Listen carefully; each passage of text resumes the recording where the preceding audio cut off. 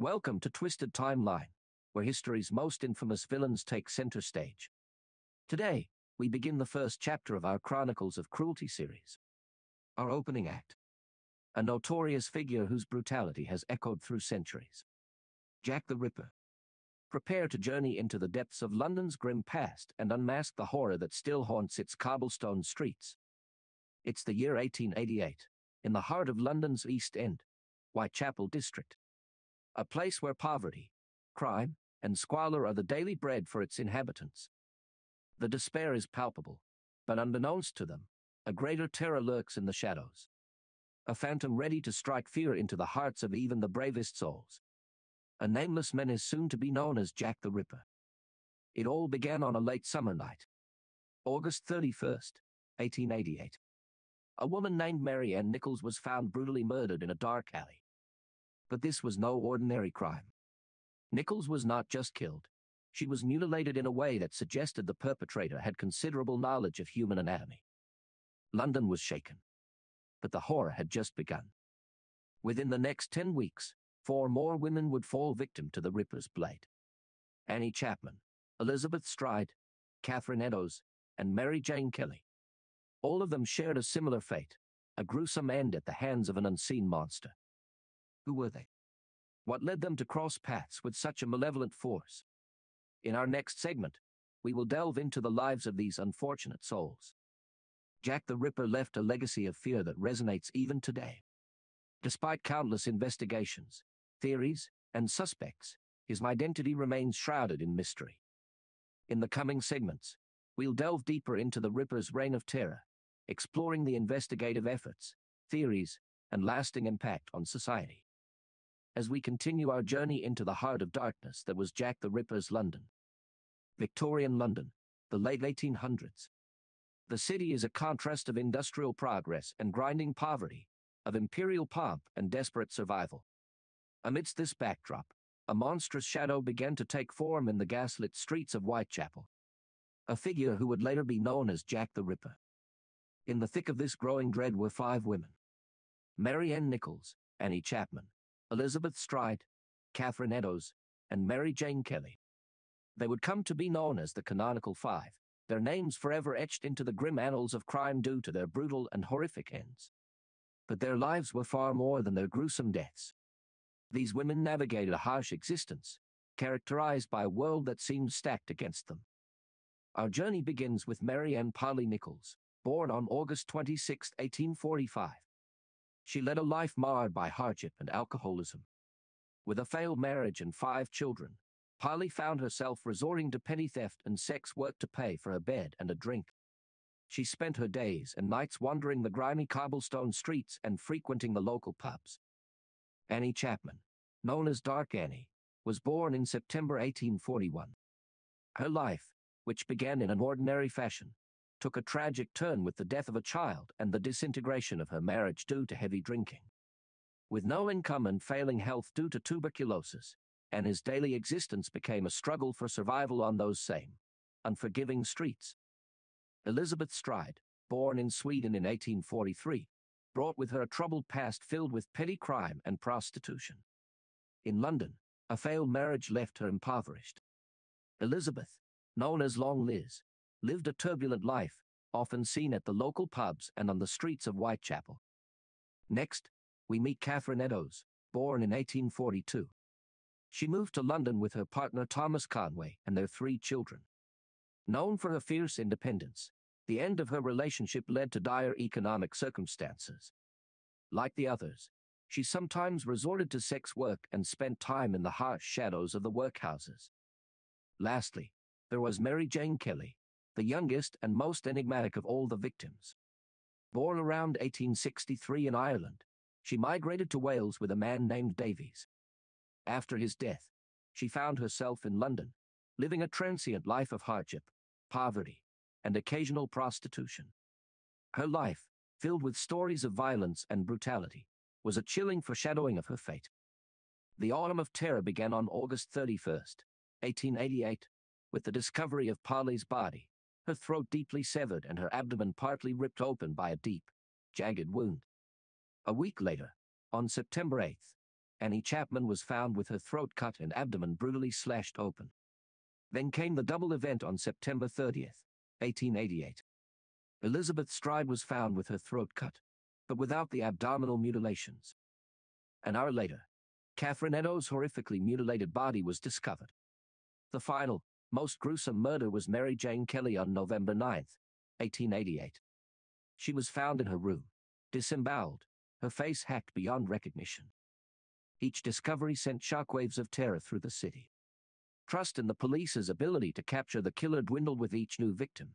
Men formed vigilante groups, and the streets of London became a place of fear. It was this chilling atmosphere that characterized the autumn of terror when Jack the Ripper stalked the streets of Whitechapel. The Ripper's reign was brief, but the fear he instilled and the mark he left on the city of London and the world of crime has endured for more than a century. Despite the limited forensic technology available in the late 19th century, the nature of the injuries inflicted upon the victims provides some insight into the Ripper's methods and possibly his identity. The brutal precision and the pattern of the mutilations led many at the time, and since, to speculate that the Ripper might have had some surgical or anatomical knowledge. The Ripper's modus operandi was distinctive. Most victims had their throats deeply cut, a fact which some experts have suggested shows a level of anatomical knowledge. It's a swift and effective way to ensure the victim can't scream or resist. The killer also typically targeted the abdomen, inflicting gruesome, deep, and precise cuts. Mary Ann Nichols had her lower abdomen ripped open by a deep, jagged wound.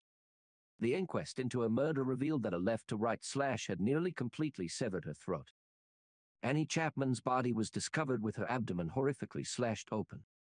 Her uterus was removed, which was particularly striking because the organ is not easy to reach and requires a certain knowledge of human anatomy to extract without damaging other internal organs. The case of Catherine Eddowes is even more telling. Eddowes was found with her abdomen ripped open, and a piece of her kidney and the majority of her uterus had been removed. Notably, Eddowes had Bright's disease, a condition that affects the kidneys, making them noticeably diseased upon visual inspection. The fact that the killer took part of one of her kidneys but left the other could indicate that he recognized and avoided the diseased organ. Lastly, the final and most gruesome murder of all, Mary Jane Kelly, showed the full horror of the Ripper's brutality. Kelly was discovered in her room, disemboweled. Her heart was missing, and her organs had been systematically removed and arranged around the room in a macabre display. This consistency in the injuries across the victims, the removal of organs with apparent knowledge of their location and diseases, and the brutal precision of the attacks have led many to speculate that the Ripper had some surgical, medical, or butchery experience. This theory has formed a significant part of the investigations into the killer's identity and has fueled various hypotheses over the years, from doctors to butchers. However, it's crucial to note that there's no consensus among experts about this aspect of the Ripper's profile. Some argue that the injuries inflicted don't necessarily prove medical knowledge and that any person with a strong stomach and a sharp knife could have caused such wounds. Even with the considerable advancements in forensic technology since the 19th century, the identity of Jack the Ripper remains one of the most enduring mysteries in the annals of crime. The lack of surviving physical evidence, combined with the passage of time, means that definitive answers are likely to remain elusive. However, the brutal precision of his crimes continues to prompt speculation and investigation, even more than a century after the Autumn of Terror. The Ripper case was handled primarily by the Metropolitan Police's Whitechapel H Division, and later by the City Police when Catherine Eddowes was found murdered within their jurisdiction. There were two key figures at the helm of the investigation: Inspector Frederick Aberline and Superintendent Thomas Arnold. Inspector Frederick Aberline, a seasoned detective with a profound understanding of the East End and its criminal underworld, was assigned to the case after the murder of Mary Ann Nichols. He became a central figure in the investigation, coordinating the collection of evidence and interviewing witnesses. Superintendent Thomas Arnold was in charge of H Division at the time, overseeing the entire operation, directing patrols, and determining the overall approach to the case. Several revolutionary investigative techniques were employed during this period. The rudimentary beginnings of forensic science, including crime scene photography, started to gain importance. For instance, The photograph of Mary Jane Kelly's mutilated body at the crime scene was one of the earliest uses of photography in a murder investigation. The police force also heavily relied on door-to-door inquiries in their hunt for the Ripper, asking local residents if they had seen or heard anything suspicious. This was a daunting task, given the densely populated and impoverished area of Whitechapel. Another significant step was the use of bloodhounds in an attempt to track the killer. Although this was ultimately unsuccessful, it was an innovative method for the time and demonstrates the police's willingness to try novel approaches in their desperate search for the Ripper. Additionally, while not completely unheard of, the use of newspapers to spread information about the killer and request information from the public marked an early form of what we now call media engagement or media liaison in police work. Leaflets were also distributed to households asking for information. However, the police force faced numerous challenges during the investigation. First and foremost was the sheer lack of physical evidence. Crime scene preservation was not a widely understood concept at the time, and crucial evidence was often compromised or overlooked. Moreover, the overpopulated and poverty-stricken area of Whitechapel proved to be a significant hurdle. There were countless lodging houses and numerous alleys and small streets where the killer could easily hide or escape. The distrust of the police among the local population, who were accustomed to seeing them as oppressors rather than protectors, also hindered the gathering of reliable witness statements. Furthermore, the pressure from the public and the press for a quick resolution to the case was enormous. The media often published sensational and speculative articles about the murders, which fueled public panic and put further strain on the police. Despite these efforts and the dedication of the officers involved, the identity of Jack the Ripper remained elusive, making the case one of the most infamous unsolved mysteries in the history of crime. Let's take a closer look at the Metropolitan Police Service's efforts to solve the Ripper case, including the techniques they employed, their successes, and their shortcomings. The Metropolitan Police, under the guidance of the Criminal Investigation Department, CID, directed by Detective Inspector Edmund Reed and the aforementioned Inspector Frederick Aberline, undertook several methods to attempt to catch Jack the Ripper. One of the primary methods used was house-to-house inquiries, an approach that can be seen as an early form of today's neighborhood canvass. The police would visit every home, every lodging house, every establishment in the vicinity of the murders to interview the inhabitants. This was a laborious and time-consuming process, given the densely populated nature of Whitechapel, with its warren of narrow alleys and crowded lodging houses. Another significant tactic was the use of bloodhounds. Sir Charles Warren, the Metropolitan Police Commissioner, believed in the use of bloodhounds to track the killer.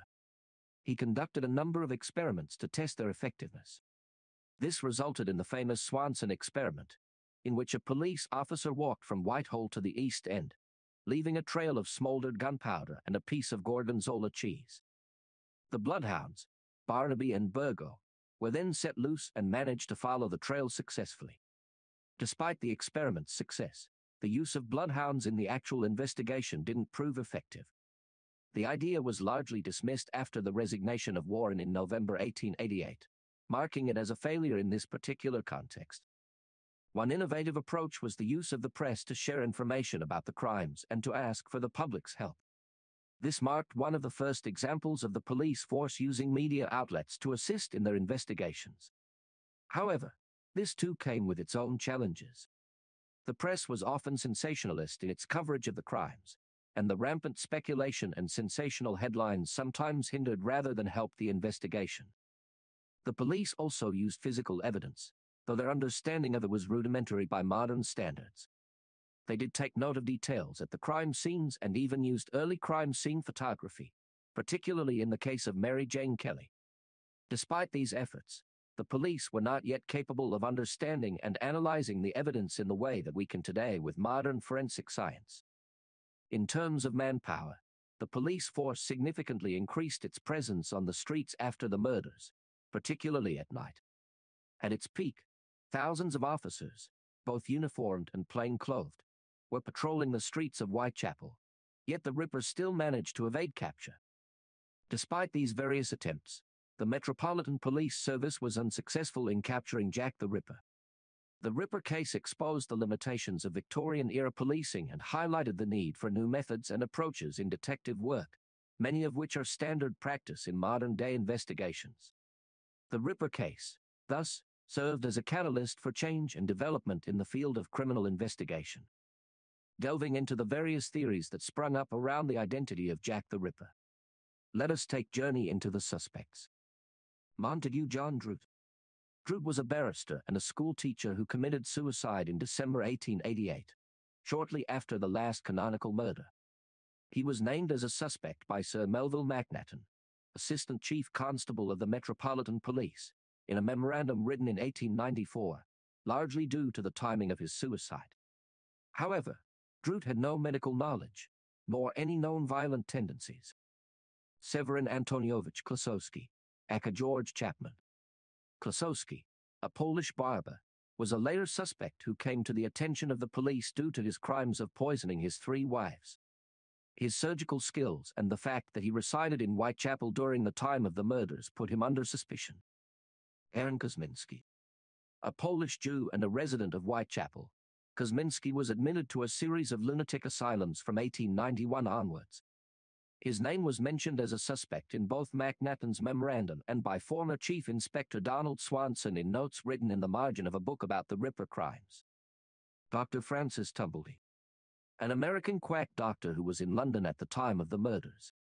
He had a clear disdain for women, particularly prostitutes, and had a collection of uteruses. His surgical knowledge and his hatred for women make him a possible suspect. Tumblety fled to France and then to the U.S. following the murders, arousing further suspicion. James Maybrick.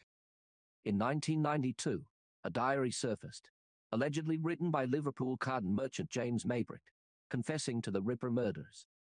Maybrick had no known links to the crimes prior to the diary's appearance. The diary's authenticity has been widely disputed, but it has nevertheless spawned a number of books and documentaries. Prince Albert Victor, Duke of Clarence. Perhaps the most sensational theory, the royal conspiracy involves Prince Albert Victor, grandson of Queen Victoria. It is suggested that the Ripper murders were carried out to cover up a secret marriage between the prince and a commoner. This theory, while fascinating, is widely regarded as improbable and is largely unsupported by any credible evidence.